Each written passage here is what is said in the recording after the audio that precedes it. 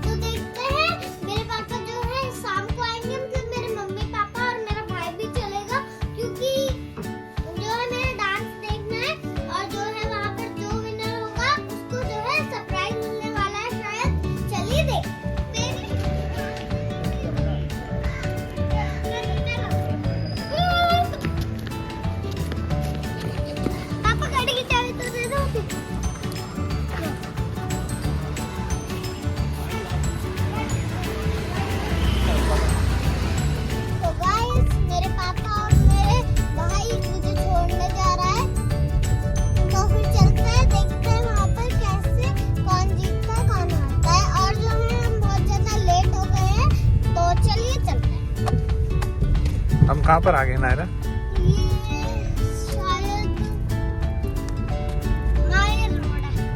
ये है police station Malviya Nagar. यहाँ पर जो मेरे मामा रहते हैं, मामा जो है मेरे पुलिस है, तो फिर वो मेरे मामा जो है यहाँ पर जो है वो ड्यूटी करते हैं। यहीं पर मालवीय नगर में? पापा सज्जू मामा को कॉल कर दो, वो भी मेरे डांस को देखने आ जाएंगे, मेरे कंपटीशन में देख लेंगे कौन जीतता है कौन हारता है, क्योंकि हमारे स्कूल से बढ़िया और कोई स्कूल नहीं है। सज्जू मामा को फोन कर दूं? हाँ। पता नहीं वो यहाँ पर होंगे नहीं, अभी करता हूँ, एक बार पूछता हूँ। क्या बोलूँ उनसे? क्या बोलूँ उनसे? ये बोल दो कि वो जो है मेरे स्कूल तक आ जाए, वो भी वहाँ स्टेज पे शाम को। शाम को आना है? हाँ। चलो ठीक है, मैं अभी फोन करके बोल देता हूँ उनसे। क्या कर रहे हो भाई? नायरा को छोड़ने आए थे हम, नायरा ने हमने नायरा को छोड़ दिया, तो चलो चलते हैं हम घर। तो हम नायरा को शाम को लेने आएंगे, उसका डांस कॉम्पिटिशन है, तो हम उसका डांस देखने आएंगे। Okay bye bye. कौन कौन आएगा? मेरी मम्मी, मेरे पापा और मेरी बहन और मैं। आप भी आओगे? यस। और क्या करेंगे फिर हम उसके बाद? उसके बाद उसका डांस देखेंगे, और डांस के बाद? डांस के बाद उसको घर ले आएंगे। घर ले आएंगे? तब उनको धक धक गुरेला है। धक धक हो रेला है।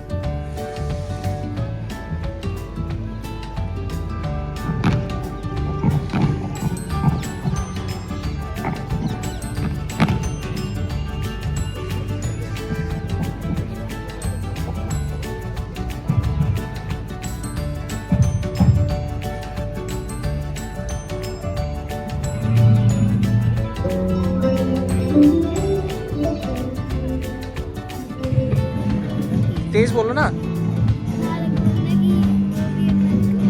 नायरा को बोलूं यहीं आ जाएगी? अभी नायरा यहीं आएगी ना बेटा।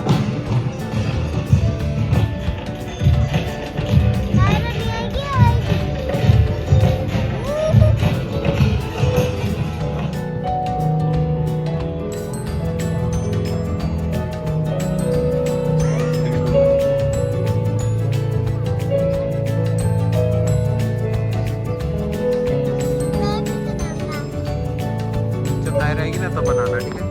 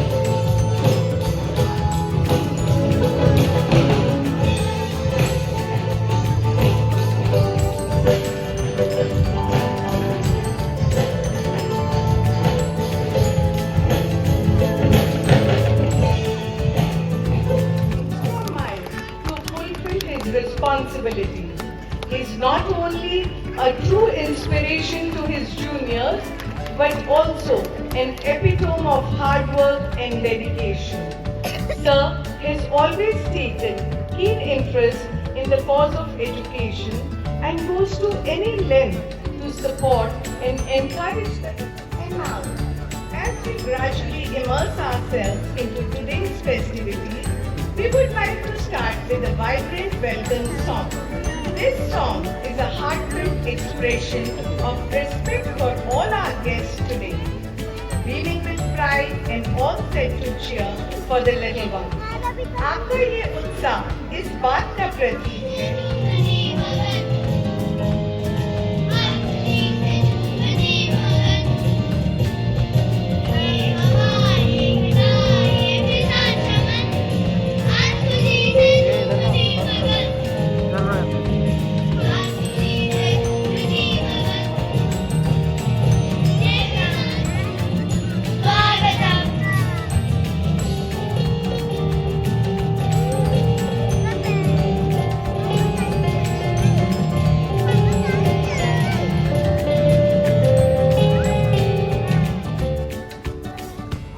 ठीक है। इस विद्यालय की प्रिंसिपल अश्वनी जी, अमित जी, सभी टीचर्स, रेस्पेक्टेड पेरेंट्स और प्यारे बच्चों, आज अपना जूनियर वीक का ये एनुअल डे है। आप सबको इसकी बहुत बहुत बधाई और शुभकामनाएं। ज़्यादा समय मैं नहीं लेना चाहूँगा ताकि कल्चरल प्रोग्राम ज़्यादा से ज़्यादा हों और हम सब उसको देख सकें। इस अवसर पे एक मैसेज के रूप में मैं बात कहना चाहूँगा।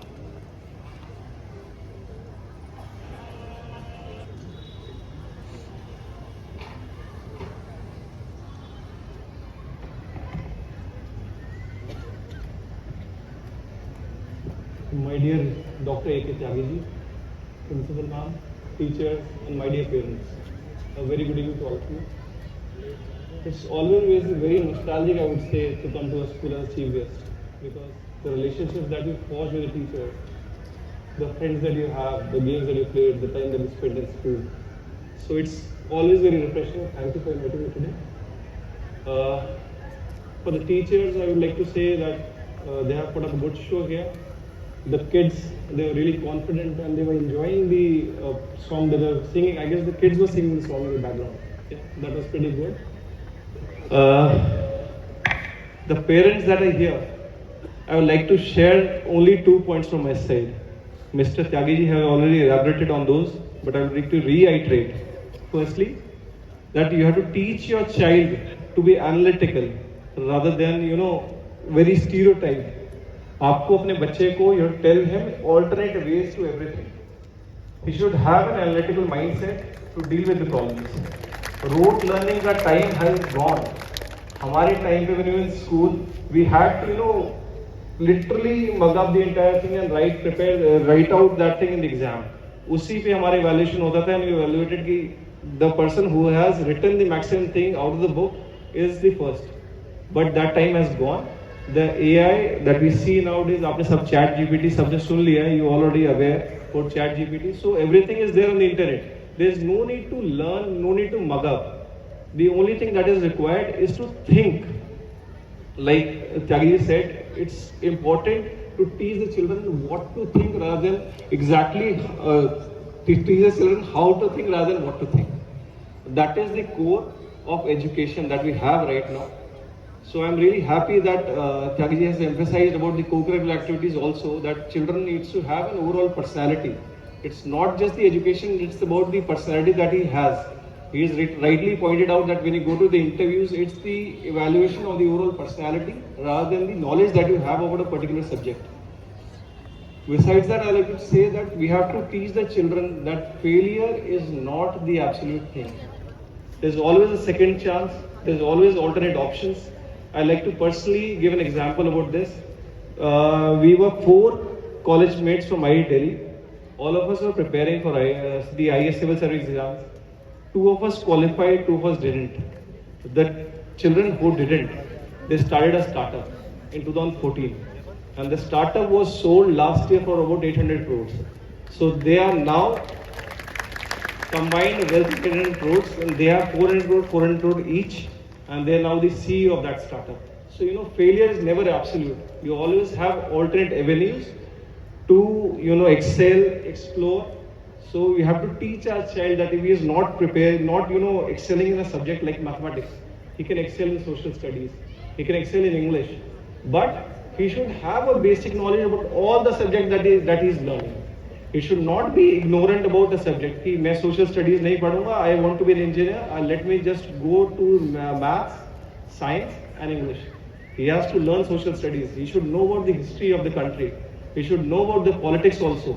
This is what the overall development is all about. कहानी पर आधारित है अली बाबा और 40 चोर। जी हाँ, ये कहानी तो आप सबने सुनी होगी।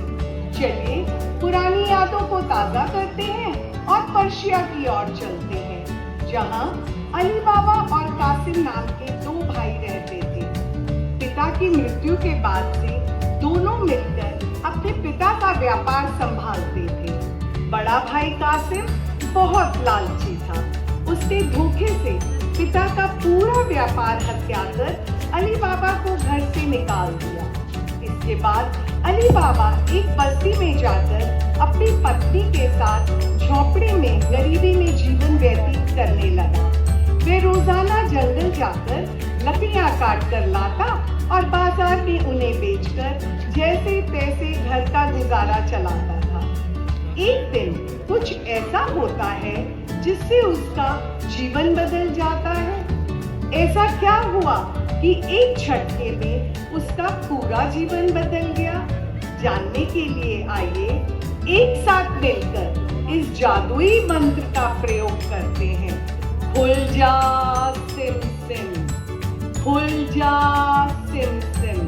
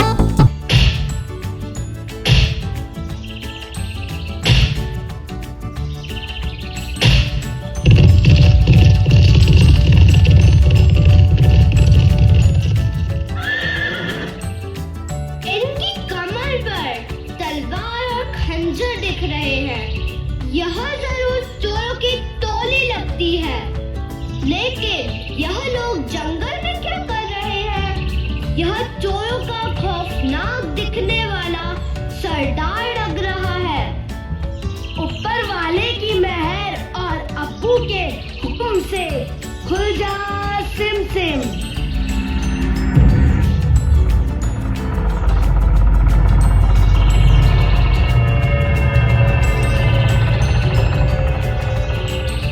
चलो साथियों, अंदर चले।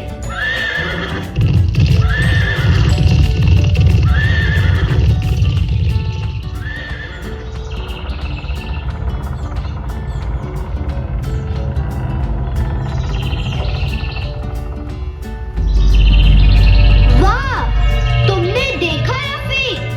उसने कहा खुल जा सिम सिम और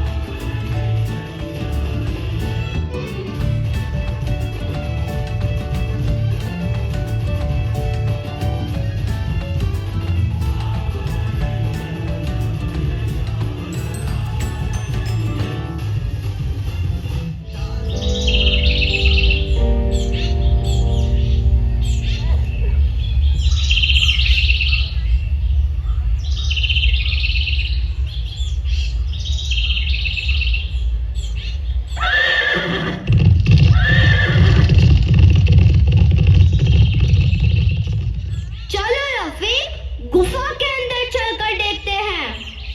खुल जा सिम सिम, खुल जा सिम सिम। रफीक, गुफा तो खुली नहीं। ओ, मुझे याद आया, उसने कहा था ऊपर वाले की मेहर और अब्बू के हुक्म से खुल जा सिम सिम।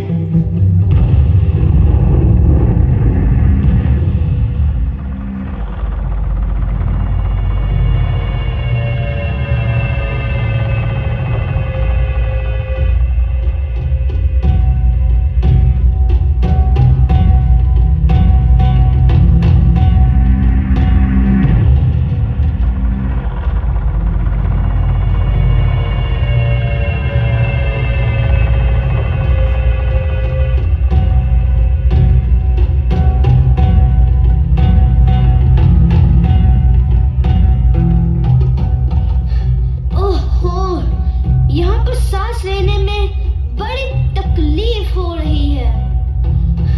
हवा का दबाव बहुत कम है और बहुत अंधेरा है। यह क्या अपने आप ही रोशनी हो रही है? ओहो रफीक, देखो, इतना सारा सोना, हीरा, जवाहरात, मदियान, नग और मोती।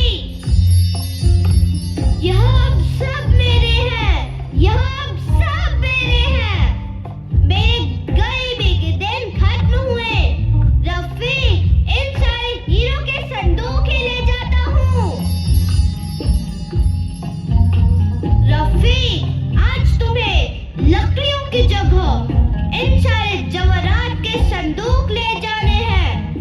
बहुत किस्मत वाले हो तुम। चलो रफीक, घर चलते हैं।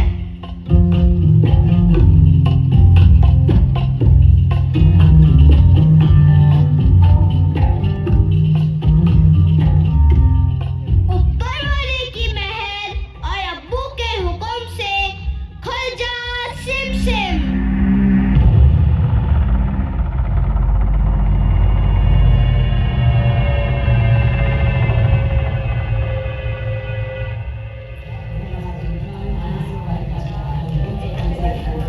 ये लो, मेरे पास बहुत सारे सोने के सिक्के हैं। तुम भी लो, कुछ तुम भी लो, तुम भी ले लो। बड़े बड़े संदूक, इसमें क्या है? मुझे एक तराजू की जरूरत है। तुम भाईजान के यहाँ से तराजू लेकर आओ। ठीक है, मैं अभी जाती हूँ।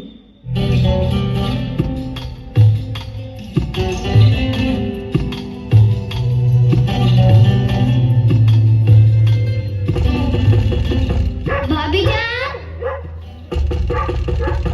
भाभी जान, क्या हुआ? क्या जरूरत पड़ गई अचानक इतनी रात को आने की? अली बाबा शहर से कुछ अनाज लेके आए हैं, तो मुझे तराजू चाहिए था। अच्छा, कहाँ से लेकर आए हैं? वो तो नहीं बताया मुझे। ठीक है, तहखाने में रखा हुआ है, ले जाओ।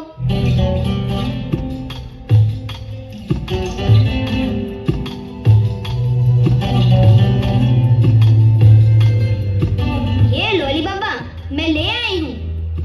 अब हमारे गरीबी के दिन खत्म हुए। अब मैं तुम्हारी हर ख्वाहिश पूरी करूँगा।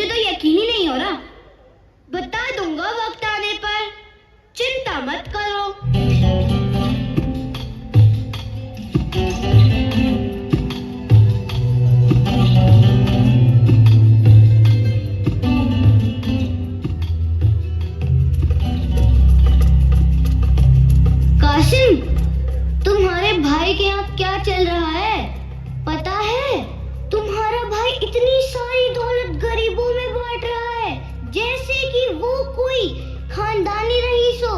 ये इतनी सारी दौलत लाया कहाँ से? कल तक तो तुमसे पैसे उधार लेता था। एक गधा और फटी हुई चटाई थी। मुझे क्या मालूम कहाँ से लाया है। ऊपर वाले का करम होगा उस पर। हम तो पहले से ही रईस हैं। जाओ जाओ और जाकर पता लगाओ कि वो रातों रात इतना रईस कैसे बन गया।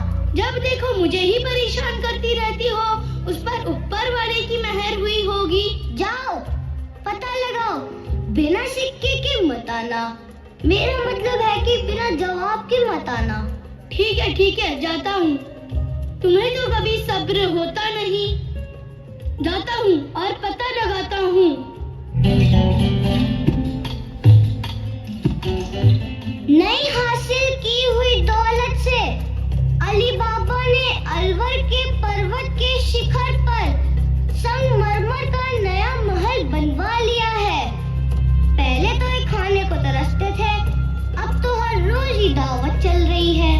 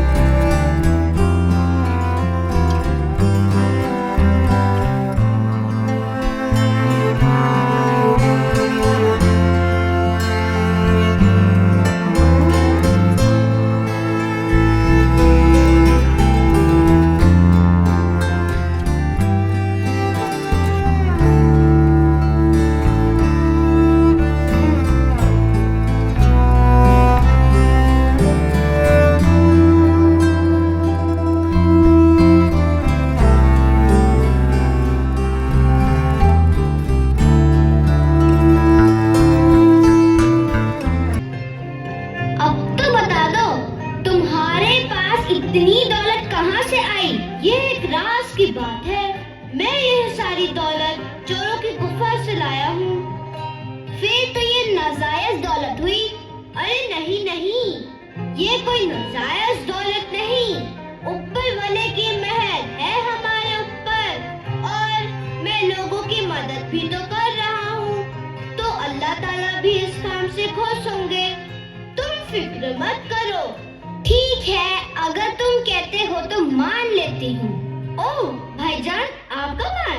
बस अभी आया हूँ। वाह अली बाबा, कितने खूबसूरत पर्दे हैं, काफी महंगे लगते हैं। हाँ भाईजान।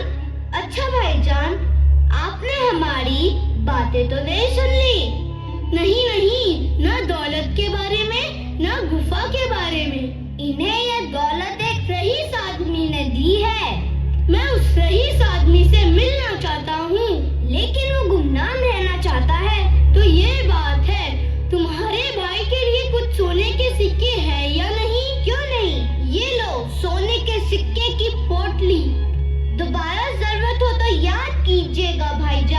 वल्ला वल्ला बहुत बढ़िया। अब तुम अपने बुरे दिन जल्दी ही भूल जाओगे। नहीं भाईजान, मैं कुछ भी नहीं भूल सकता। ठीक है अली बाबा, अब मैं चलता हूँ। खुदा हाफिज।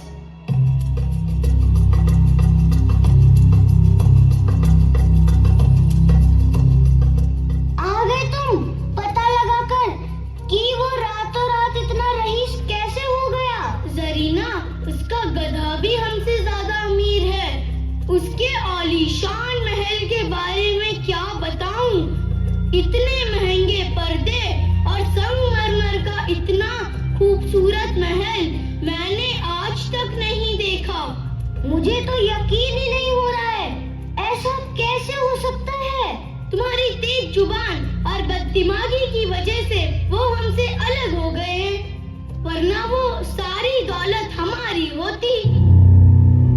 अरे मुझे क्या मालूम था कि तुम्हारा भाई इतना रईस हो जाएगा। वो किसी गुफा के बारे में बात कर रहा था कि वहाँ बेशुमार दौलत है। तो जल्दी जाओ और पता लगाओ, उसके सारे राज पता लगाओ। ठीक है, जाता हूँ। उसकर बड़ा करा। मैंने अब्बू को वादा किया था कि तुम्हारी देखभाल करूंगा और किसी भी चीज की कमी महसूस नहीं होने दूंगा।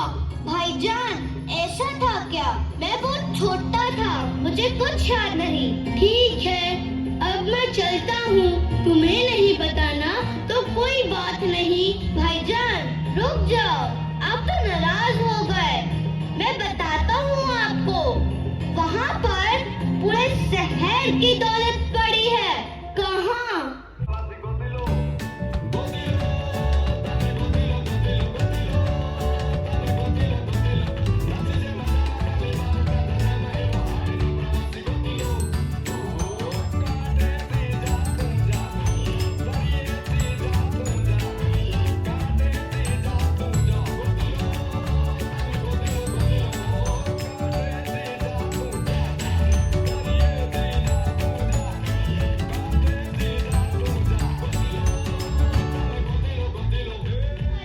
पहेलियां सुलझानी पड़ेंगी और उसके लफ्ज कुछ इस तरह है। ऊपर वाले की मेहर और अब्बू के हुक्म से खुल जा सिम-सिम, खुल जा सिम-सिम। अच्छा ठीक है, मुझे क्या करना? मैं कौन सा जाने वाला हूँ? मेरे पास तो पहले से ही बहुत दौलत है। ठीक है अली बाबा, अब मैं चलता हूँ। खुदा हाफिज। ये भाईजान ने गुफा के बारे में क्यों पूछा? ओफो, तुम बहुत सीधे हो। अब तुम्हारे भाईजान सीधे गुफा की तरफ ही जाएंगे। उम्मीद करता हूँ कि भाईजान ठीक रहे, पर उनको हवा की कमी और चोरों के बारे में बताना तो भूल ही गया।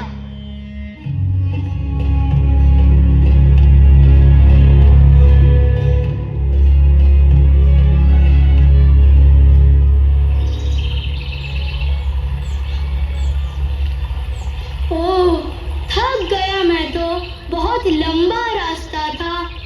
क्या कहा था अली बाबा ने? महर से कुछ और अब्बू से कुछ ऐसा कहा था। हाँ, याद आ गया। ऊपर वाले की महर और अब्बू के हुक्म से खुल जा सिम-सिम, खुल जा सिम-सिम।